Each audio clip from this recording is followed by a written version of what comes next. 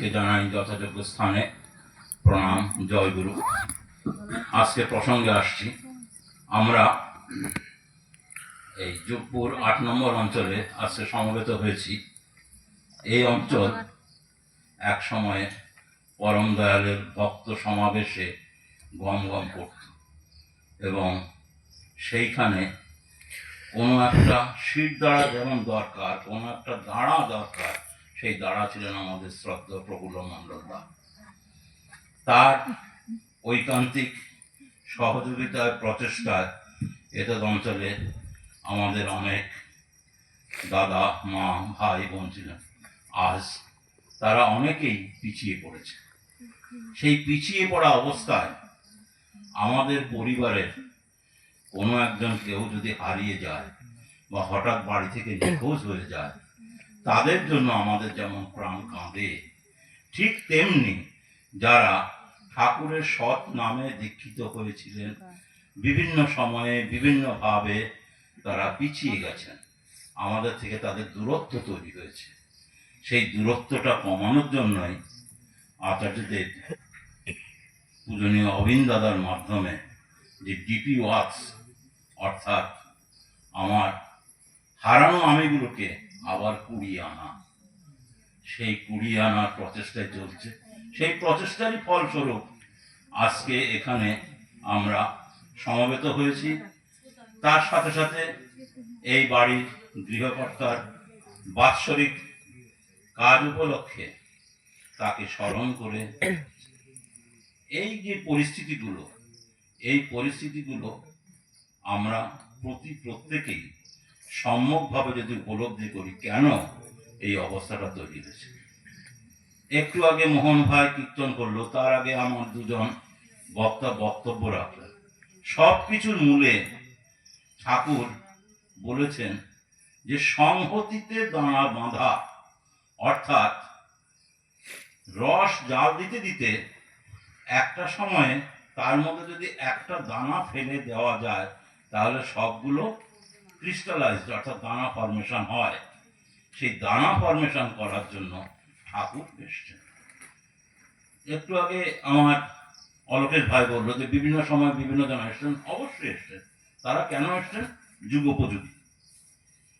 যেমন ঠাকুরকে প্রশ্ন করেছে যে বিভিন্ন যুগে বিভিন্ন অবতাররা বিভিন্ন জনকে শেষ করার জন্য, অর্থাৎ শত্রু নিধনের জন্য তিনি এসেছেন। তাহলে আপনি কি করতে এসেছেন? আপনার অস্ত্র কোথায়? ঠাকুর বলে, আমার অস্ত্র দুটো, আয় হচ্ছে মানুষ আর ব্যয় হচ্ছে ভালোবাসা। মানুষ এবং ভালোবাসা, এই নিয়েই আমার সবকিছু। মানুষ যাতে সুখে থাকে, শান্তিতে থাকে, মানুষের মতো মানুষ যাতে তারা হতে পারে, সেই প্রচেষ্টাতেই তিনি সারা জীবন কাটিয়ে গেছেন এবং আমাদেরকে বলেছেন আমরা যেন তার হয়ে উঠতে পারি।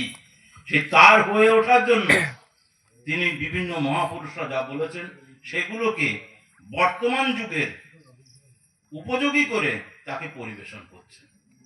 যেমন আমাদের এই সৎসঙ্গ আগে ছিল 2 ঘন্টা, তারপরে বর্তমান আচার্যদেব বলছেন যে সৎসঙ্গ 1.5 ঘন্টার বেশি হওয়া উচিত।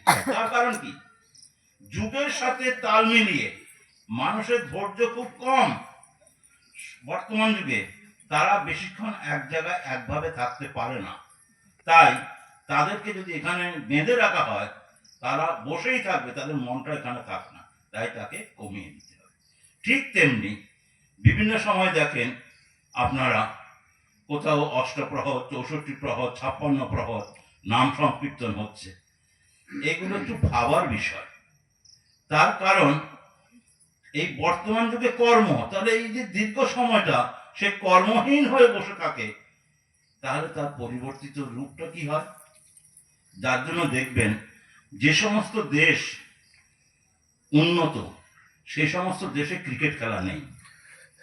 তার কারণ এই ক্রিকেটে আগে যে টেস্ট হতো 5 দিন ধরে, ওয়ানডে হলো 24 ঘন্টা ধরে, এই যে সময় নষ্ট হতো, যার জন্য সমাজতান্ত্রিক দেশগুলোতে ক্রিকেট খেলার খুব একটা প্রচলন নেই। যদিও বর্তমানে সবাই সবকিছু ভাঙছে।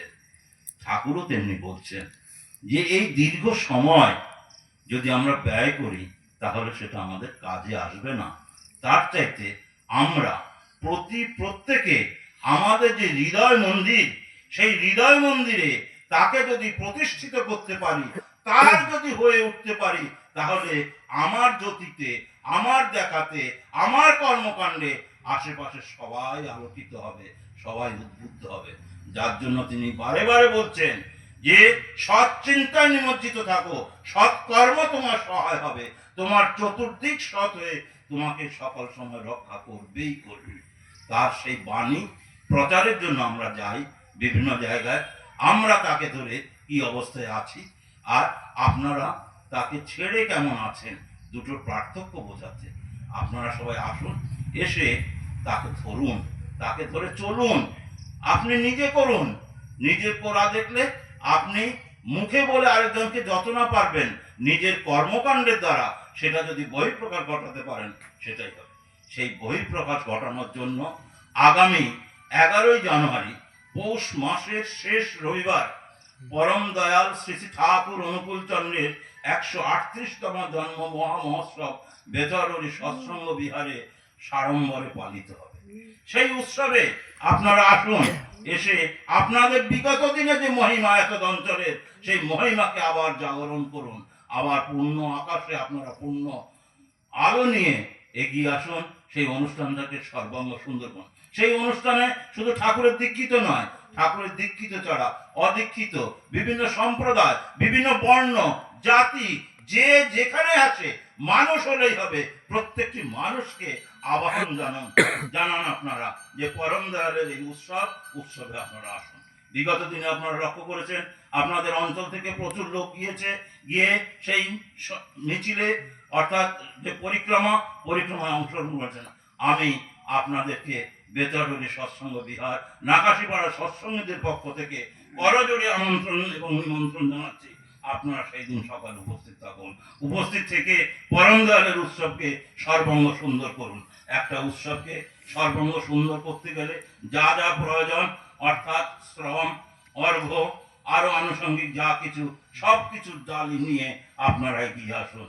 তার কারণ আগে থাকতে আমরা বলছি, আপনার বাড়িতে যদি কোনো একটা অনুষ্ঠান হয়, আপনি যেমন প্রস্তুতি নেন, ছেলের বিয়ে, মেয়ের বিয়ে, টুকটুক করে প্রস্তুতি নেন, আর ঠাকুর হচ্ছেন আমাদের পরিবারের সর্ববয়োজ্যেষ্ঠ সদস্য।